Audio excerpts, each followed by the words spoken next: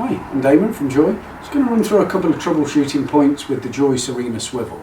So to start off with, if we're finding that the vibrate function isn't working, we have to bear in mind that that is the only part of this unit that does require 1D battery to operate. So no matter whether the main unit is connected to mains power, that still requires 1D battery. Of course, we've got the main power and half power and off position on there, but 1D battery which would locate underneath the seat fabric.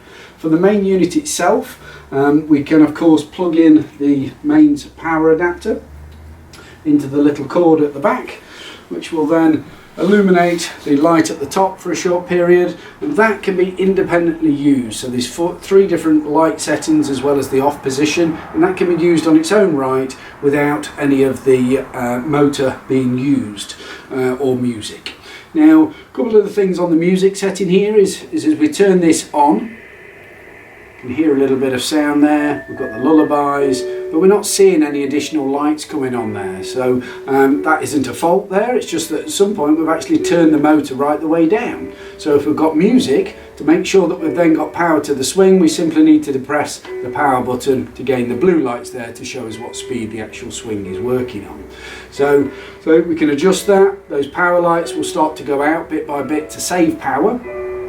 So eventually the swing will be working with no lights visible there. That's again perfectly fine.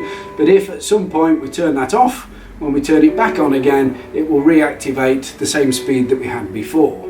So if we have had that on 0 power and just the music, we turn it off, we turn it back on, there will still be no power there until we start pressing the plus button. So similar kind of thing with the music. Now we can turn off the music via the very button at the back, and the volume buttons, the change to melodies or nature sounds, none of those will work at all until we repress that no music button at the bottom.